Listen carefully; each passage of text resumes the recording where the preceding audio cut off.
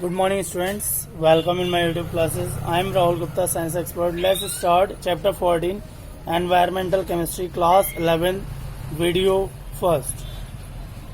Subscribe my YouTube channel Chemistry Learning with Rahul Gupta. चलिए students start करते हैं videos first. So that is class 11 chapter 14 environmental chemistry first videos. चलिए students हम बात कर रहे हैं एनवायरमेंटल केमिस्ट्री की. तो एनवायरमेंट और बहुत सारे ऐसे कॉम्पोनेंट चले गए हैं क्योंकि पॉल्यूशन बहुत ज़्यादा है हमारे एटमॉस्फेयर में, और उसी के बेस पर अलग अलग तरह के कॉम्पोनेंट चलने के बाद एनवायरमेंटल को थोड़ी राहत मिली है. क्योंकि आजकल महामारी का दौर चल रहा है, कोरोना का दौर चल रहा है. कोरोना में तो वैसे भी चूँकि आपकी जो फैक्ट्रीज़ हैं या आपके और दूसरे पॉल्यूशन जो क्रिएट करते हैं वो सब पूरी तरीके से क्लोज हैं, जिसकी वजह से आपके जो इंडस्ट्रीज़ वगैरह डाउन है, तो जो आपका एनवायरनमेंट है वो बिल्कुल क्लीन होता जा रहा है. एनवायरनमेंट तीन चीज़ हो जाती हैं आपकी, air, soil and water. So environmental pollution is the effect of undesirable changes in our surroundings that have harmful effect on plants, animals and human beings.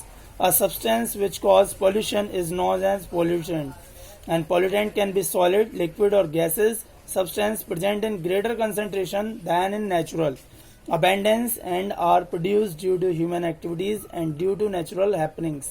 तो ये हमारे एनवायरमेंटल इफेक्ट रहता है. जैसे जैसे आपका डिग्रेडेशन टाइमिंग इंक्रीज हो रहा है वैसे वैसे देखिए हार्मफुल इफेक्ट इंक्रीज हो रहा है, रीजन पॉल्यूटेंट इंक्रीज हो रहा है. और उसके बाद आता है आपका, देखिए कुछ एग्जांपल्स देता हूँ, like subject such as dichloro diphenyl trichloro ethane, DDT जिसे बोलते हैं, plastic materials, heavy metals, many chemicals, nuclear waste etcetera.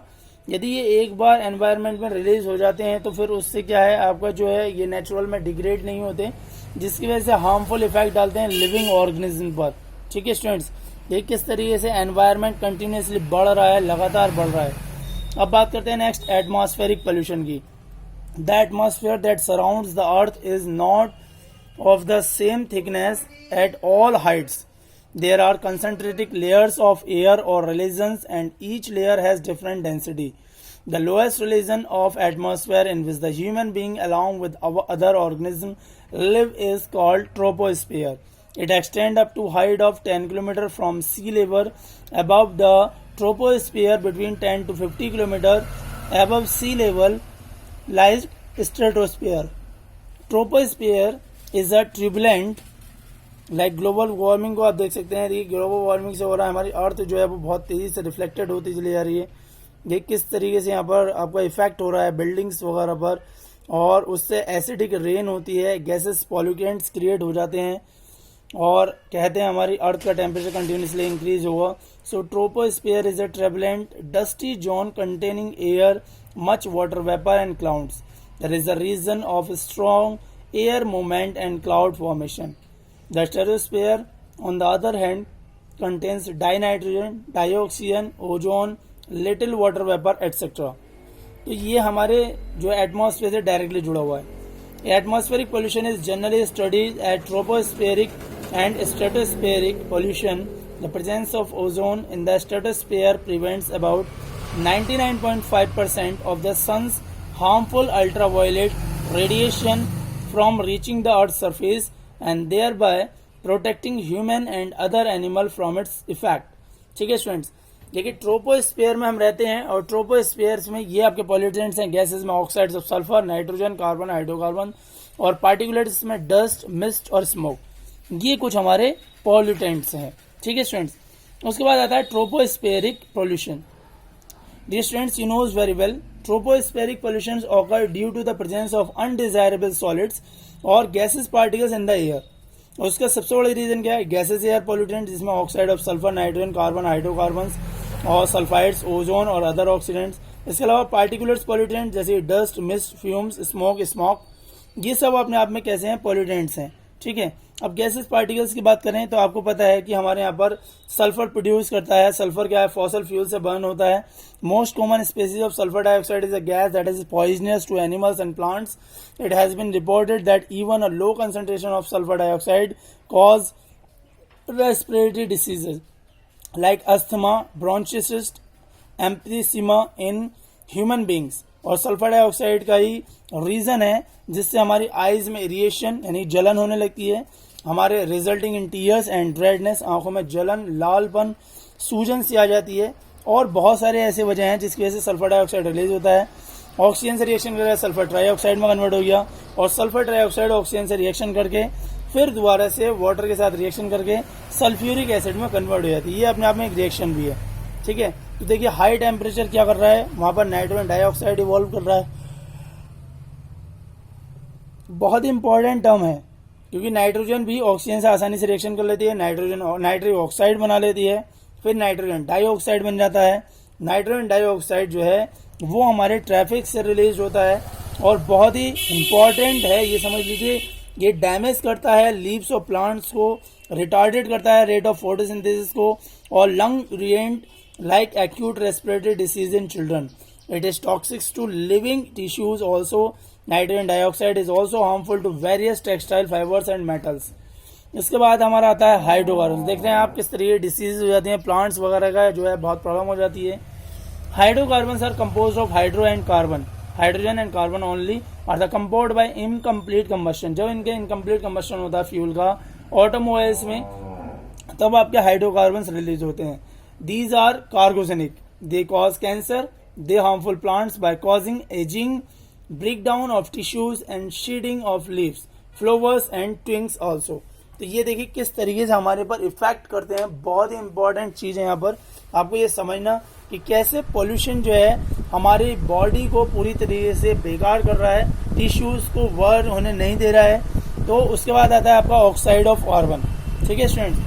अब कार्बन मोनोऑक्साइड आपको सबसे पता है सबसे मोस्ट सीरियस एयर पॉल्यूटेंट है, कलरलेस होता है, ऑर्डरलेस होता है, हाईली पॉइजनस होता है, ऑक्सीजन से भी 300 टाइम्स मोर पॉइजनस होता है, स्टेबल कंपाउंड बनाता है हीमोग्लोबिन के साथ, ठीक है स्टूडेंट्स। और कार्बन के इनकम्प्लीट कंबस्शन से फॉर्म्ड होता है।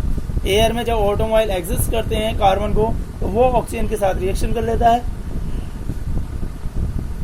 We can say that incomplete combustion of coal, firewood, petrol etcetera. इसके अलावा यदि ये व्हीकल्स इसी तरीके से वर्क करते रहे तो बहुत जल्दी हमारा पोल्यूशन इतना ज़्यादा बढ़ जाएगा कि एटमॉस्फेयर में वो पूरा डिग्रेडेबल हो जाएगा, एटमॉस्फेयर पूरी तरीके से खराब हो जाएगा। Many vehicle are poorly maintained and several have inadequate pollution control equipment resulting in the release of greater amount of carbon monoxide and other polluting gas। ठीक है स्टूडेंट्स, तो आप ब्लड में यदि बात करें तो in blood when the concentration of carboxy hemoglobin reaches about 3 to 4%, the oxygen carrying capacity of blood is greatly reduced। जब हीमोग्लोबिन में कार्बन मोनोऑक्साइड कंपाउंड बन जाता है तो उससे क्या होता है, ऑक्सीजन की कैपेसिटी कम होती चली जाती है, और ऑक्सीजन की कमी होने की वजह से हमारी बॉडी में हेडेक होने लगता है। इसके अलावा आई जो हमारी आंखों की नजरें हैं वो कमजोर हो जाती हैं, नर्वनेस हो जाता है, कार्डियोवास्कुलर डिसऑर्डर हो जाता है, और इसी वजह से लोगों को स्मोक जो धुआं है वो एडवाइस नहीं किया जाता, स्मोकिंग अलाउ नहीं की जाती। हेडेक होने लगता है, आई वीकनेस होने लगती है, कार्डियोवास्कुलर डिसऑर्डर हो जाता है। ये बीमारियां बहुत ही ज़्यादा गंभीर हैं जो हमारी कार्बन मोनोऑक्साइड की वजह से होती हैं। उसके बाद आता है carbon dioxide. It is released into the atmosphere by the respiration, burning of fossil fuels for energy and by decomposition of limestone during the manufacture of cement. ठीक है स्टूडेंट, तो सीमेंट में कार्बन डाइऑक्साइड रिलीज होती है, ये भी हमारे लिए बहुत हार्मफुल है। Green plants require CO2 for photosynthesis. They in turn emit oxygen, thus maintaining the delicate balance. As you know, deforestation and burning of fossil fuels increase the CO2 level and disturb the balance in the atmosphere. तो बच्चों CO2 को कम करने के लिए आपको सबसे ज़्यादा से ज़्यादा ट्री लगानी चाहिए, डिफॉरेस्टेशन रोकना होगा, कटिंग डाउन ट्रीज रोकना होगा, फॉसिल फ्यूल्स को कम से कम बर्न करना होगा, तभी हम CO2 के अमाउंट को कम कर सकते हैं और अर्थ को ग्लोबल वार्मिंग से बचा सकते हैं। ग्लोबल वार्मिंग अपने आप में क्या चीज़ है वो समझते हैं। About 75% of solar energy reaching the earth is absorbed bye earth surface which increase its temperature. The rest of the heat radiate back to the atmosphere. Some of the heat is trapped by gases such as carbon dioxide, methane, ozone, chlorofluorocarbon and water vapor in the atmosphere. They add to the heating of the atmosphere. This cause global warming, और इसी की वजह से होता है global warming. बहुत ध्यान से देखिए, सनलाइट जब अर्थ पर आती है तो 70% जो है वो अर्थ एब्जॉर्ब कर लेती है उस चीज को।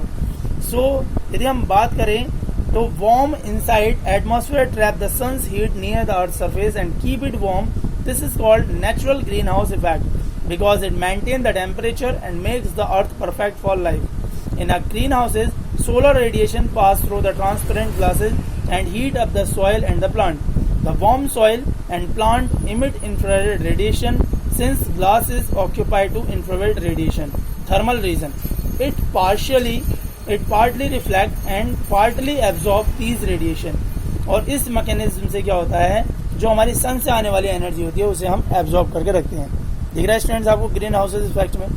बहुत ध्यान से देखिए, बहुत ही इंपॉर्टेंट फैक्ट है। इसमें आपको water vapour, carbon dioxide, nitrous oxide, methane रहती है। ठीक है स्टूडेंट्स, तो कार्बन डाइऑक्साइड और other green houses gases are methane, water vapour, nitrous oxide, CFC और ozone. Methane is produced naturally when vegetarian is burn, digested or rotted in the absence of oxygen. Large amount of methane are released in paddy field, coal mines from rotting garbage dump and by fossil fuels. CFC are man-made industrial chemicals used in ozone layer. Nitrous oxide ये पूरी तरीके से जो है और आपके जो environment है उसे बहुत ही ज़्यादा डिफेक्ट करता है, डैमेज कर रहा है और आने वाले टाइमिंग में ऐसा भी एटमॉस्फेयर बन जाएगा अर्थ पर कि हमें पैर रखने लायक भी आपको अर्थ नहीं मिलेगी। और ये बहुत इंपॉर्टेंट है, इससे बहुत अलग अलग तरह की डिसीज आप आजकल देख रहे हैं कि हर साल बहुत सारी डिसीजेज फैल रही हैं। There is only one the reason that the deforestation. आप कंटिन्यूसली पेड़ काट रहे हैं और पेड़ काटने से क्या होगा, हमें ऑक्सीजन का जो अमाउंट है वो कंटिन्यूसली लेस होता जा रहा है। So you know very well, if the amount of ozone will be decrease from the earth layer then the cancer will be possible to every person.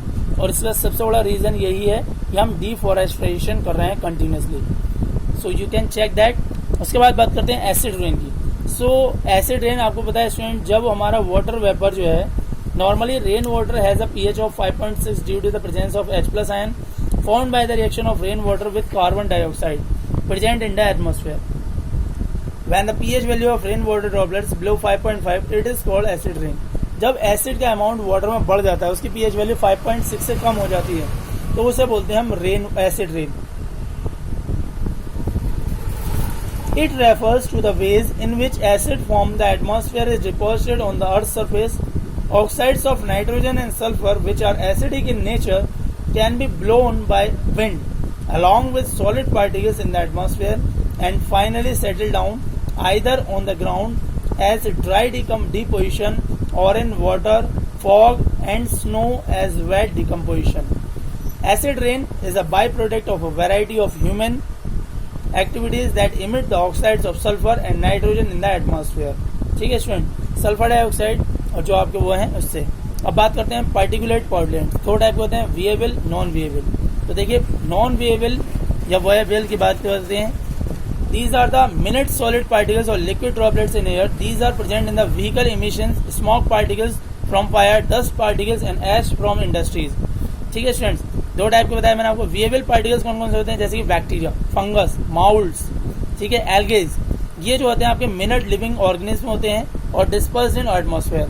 Human being are allergic to some of the fungus found in air. They can be also cause plant disease. Non viable particles की बात करते हैं, जैसे smoke particles consist of solid and mixture of solid and liquid particles formed during combustion of organic matter. Example जैसे cigarette smoke, smoke from burning of fossil fuels, garbage, dry leaves, oil smoke, etc. Dust is composed of fine solid particles produced during crushing, grinding, attribution of solid material, sand from sand blasting, sawdust from woodworks, pillage, coal, cement and fly ash from factories, dust storm, etc. ये कुछ example थे आपके particular emissions के। इसके बाद mist आता है।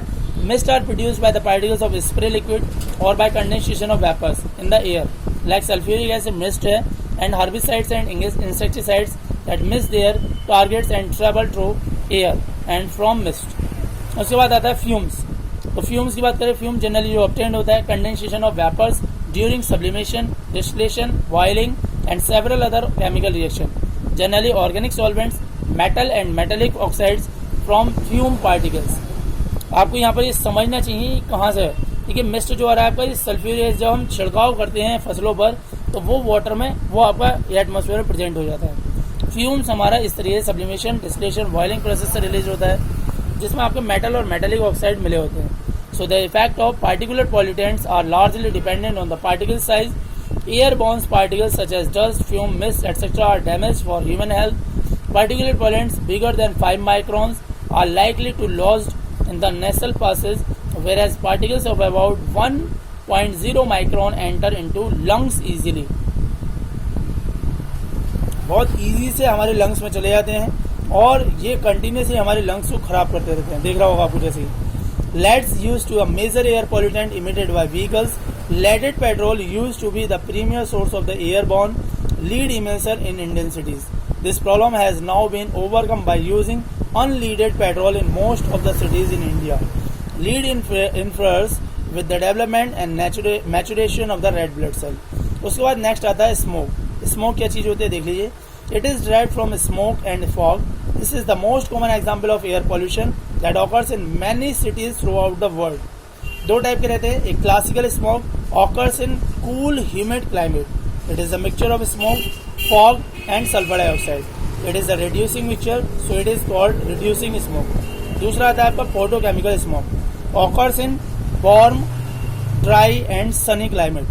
The main component of the photochemical smoke result from the action of sunlight on unsaturated hydrocarbon and nitrogen oxides produced by automobiles and factories. Photochemical smoke has high concentration of oxidizing agent and is therefore called an oxidizing smoke. तो classical smoke जो होता है वो reducing smoke होता है, photochemical smoke oxidising smoke होता है. जैसे आप इसे बहुत ध्यान से देख सकते हैं. ये आपका क्लासिकल स्मोक जो आपका लेफ्ट साइड में और फोटोकेमिकल स्मोक राइट साइड में. Formation of photochemical smoke. जब फॉसिल फ्यूल्स को बर्न किया जाता है तो एक वैरायटी निकलती है पॉल्यूटेंट्स की जो कि अर्थ ट्रोपोस्फीयर में आपकी फॉर्म ली जाती है. दो टाइप के पॉल्यूटेंट्स इमिट होते हैं, हाइड्रोकार्बन जो अनबर्न्ड फ्यूल्स रिलीज करते हैं और नाइट्रिक ऑक्साइड. जब ये पॉल्यूटेंट्स बिल्ड करते हैं तो सफिशिएंटली हाई लेवल पर चले जाते हैं. एक चेन रिएक्शन फॉर्म हो जाती है जिसमें इंटरेक्शन होता है सनलाइट से और नाइट्रिक ऑक्साइड कन्वर्ट हो जाता है नाइट्रोजन डाइऑक्साइड में. और नाइट्रोजन डाइऑक्साइड जो है वो एब्जॉर्ब कर लेता है एनर्जी सनलाइट और ब्रेक कर देता है नाइट्रिक ऑक्साइड और फ्री ऑक्सीजन. और ये फ्री ऑक्सीजन सबसे ज्यादा रिएक्टिव होती है जो कंबाइन कर लेती है ऑक्सीजन से एटमॉस्फेयर में प्रेजेंट और ओजोन में कन्वर्ट हो जाती है. The ozone formed in the above reaction reacts rapidly with the nitrogen oxide formed in the reaction to regenerate nitrogen dioxide. It is a brown gas and at sufficient high levels can contribute to haze. जैसी ये reaction करती है ozone के साथ तो ozone layer को क्या कर रहा है, डिप्लीटेट करती चली जाती है. और ओजोन अपने आप में एक टॉक्सिक गैस है जो नाइट्रोजन डाइऑक्साइड और ओजोन दोनों ही स्ट्रॉन्ग ऑक्सीडाइजिंग एजेंट हैं. Can react with unburned hydrocarbon in the polluted air to produce chemicals such as formaldehyde acrolein and peroxy acetyl nitrate, जैसे बोलते हैं पैन. ये कुछ रिएक्शन है जिन्हें आप नोट करते चले स्टूडेंट्स, बहुत ही इंपॉर्टेंट रिएक्शन है. इसके बाद effect of photochemical smoke.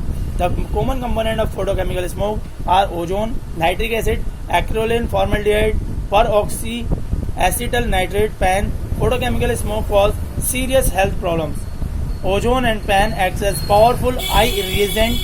Ozone and nitric acid irritates the nose, throats and their high concentrations. ठीक है students, cause headache, chest pain, dryness of the throat, cough and difficulty in breathing. It leads to cracking of rubber, existence damage to plant life. It also causes corrosion of metal, stones and building material, rubber and painting surfaces etc. How can you photochemical smoke be control? अब कैसे control कर सकते हैं? Many techniques are used to control or reduce the formation of photochemical smoke. If we control the primary procedures of photochemical smoke such as nitric dioxide or hydrocarbon, the secondary procedures such as the ozone and pan, the photochemical smoke will be automatically be reduced. उससे क्या होगा, automatically आपका reduce हो जाएगा जब इन चार चीजों को हम कंट्रोल कर लेंगे. Catalytic converters are used in automobiles which prevent the release to nitrogen dioxide. ये देखिए कैटालिटिक कन्वर्टर का हम यूज कर रहे हैं which release of nitrogen oxide and hydrocarbon at the atmosphere. Certain plants, Pinus, Juniperus, Quercus, Pyrus and Vitis can metabolize nitrogen dioxides. And therefore their plantation could help in their matter. तो बहुत सारे plants भी ऐसे होते हैं जो हमारे particular pollutants को रोक देते हैं, उसका इफेक्ट को रोक देते हैं, और यही बहुत इंपॉर्टेंट है। हमें पर्टिकुलर पॉल्यूटेंट्स को बर्न नहीं करना चाहिए, उसे रिसाइकिल करना चाहिए, और रिसाइकिल करके हम उसे स्ट्रीट, रोड्स वगैरह प्रिपेयर बनाने में यूज़ कर सकते हैं, अम्ब्रेला बनाने में यूज़ कर सकते हैं, सनस्क्रीन बनाने में यूज़ कर सकते हैं। तो बहुत सारे ऐसे हैं। बात करते हैं stratospheric pollution. The upper stratosphere consist of considering amount of ozone which protect us from the harmful ultraviolet radiation coming from the sun. These radiations, so friends, हम बात कर रहे थे यहाँ पर stratospheric pollution. Ozone in the stratosphere is a product of UV radiation acting on dihydrogen. Dioxygen के साथ वो रिएक्शन कर लेता है। UV radiation split apart molecular oxygen into free oxygen atoms. This oxygen atom combines with the molecular oxygen to form ozone. ये stratosphere है। Ozone is thermodynamically unstable and decomposed to molecular oxygen. A dynamic equilibrium exists between the production and decomposition of ozone molecules. In recent years, there have been reports of the depletion of these protective ozone layer because of the presence of certain chemicals in the stratosphere. The main reason of ozone layer depletion is believed to the release of chlorofluorocarbon compounds, also known as freons. These compounds are non-reactive and non-flammable, non-toxic organic molecules and therefore used in refrigerator, air conditioner, in the production of plastic foam and by the electronic industries for cleaning computer parts. Once CFC are released in the atmosphere, they mix with the normal atmospheric gas and eventually reach the stratosphere. In the stratospheres, they get broken down by powerful UV radiation and releasing chlorine-free radical. Chlorine-free radical then react with stratospheric ozone to form chlorine monoxide radical and molecular oxygen. Reaction with chlorine monoxide radical with atmospheric oxygen produce more chlorine radical. और उससे chlorine radical के जो है वो continuously regenerate होता रहता है, break down करते रहता है ओजोन को, and CFC are transporting agent for continuously regenerating chlorine radical into the stratosphere and damaging the ozone layer. ये बहुत ज़्यादा इंपॉर्टेंट है कि हमारी ओजोन लेयर जो है वो कंटिन्यूसली डिप्लीटेड हो रही है, और इसका इफेक्ट आने वाले टाइम में हमें अर्थ पर बहुत तेज़ी से मिलेगा। जल्दी हम इसके शिकार हो जाएंगे और बहुत ही ज़्यादा इफेक्टेड रहेगा ये हमारा। ठीक है स्टूडेंट्स, इसे बहुत ध्यान से देखिए इस रिएक्शन को किस तरीके से आपको फॉर्म हो रहा है। देखिए ये पार्टिकल्स कंटिन्यूसली क्या हो रहे हैं, आपके वहाँ पर फ्री रेन कर रहे हैं, और विंटर और स्प्रिंग में ओजोन लेयर डिप्लीटेशन कितनी तेज़ी से हो रहा है। देखिए इस चीज़ को आप यहाँ पर देख सकते हैं, ये आपका एटमॉस्फेरिक पोल्यूशन को क्रिएट कर रहा है। Polar stratospheric clouds, ozone depleted cloud. अब ऐसा हो रहा है कि गर्मियों में बर्फ़ पड़ रहा है, गर्मियों में मौसम का टेम्परेचर बहुत ज़्यादा हो रहा है, वहीं जाड़ों में बहुत ही ज़्यादा बर्फ़ पड़ रहा है, और जहाँ का टेम्परेचर डाउन था वहाँ इंक्रीज हो गया, और जहाँ इंक्रीज था वहाँ डाउन हो गया। Just opposite of the reaction. ठीक है स्टूडेंट्स, आगे in 1980 atmospheric scientists working on Antarctica reported about depletion of ozone layer, commonly known as ozone layer hole, over the South Pole. It was found that a unique set of conditions was responsible for ozone hole. और summer season में nitrogen dioxide methane react with chlorine monoxide and chlorine atom forming chlorine sinks, preventing much ozone depletion, whereas in winter, special type of clouds called polar stratospheric clouds are formed over Antarctica. These polar stratospheric clouds provide surface on which chlorine nitrate formed get hydrolyzed to form hyperchloroacids. It also reacts with hydrogen chloride, reduce as per reaction to give molecular chlorine. देखिए किस तरीके यहाँ पर chlorine gas form हो रही है। ये reaction आप नोट कर लीजिए। अंटार्कटिका में ये क्लाउड क्रिएट हुए। When sunlight returns to the Antarctica in the spring, the sun's work breaks up the clouds and HOCl and Cl2 are photolyzed by sunlight. ठीक है, रिएक्शन आपने यहाँ पे देख ली। Effect of depletion of ozone layer. With the depletion of ozone layer, more UV radiation filter into troposphere. UV radiation leads to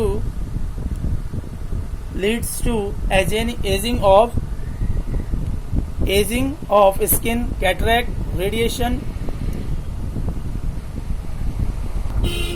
और इसी वजह से किलिंग ऑफ मैनोपाइकोकोटॉन्स, डैमेज टू फिश प्रोडक्टिविटी, और देखिए किस तरीके की बीमारियां हमारी बॉडी पर हो जाएंगी। ये यहाँ पर दिख रहा होगा आपको। लेवल धीरे धीरे करके कम होता चला जा रहा है।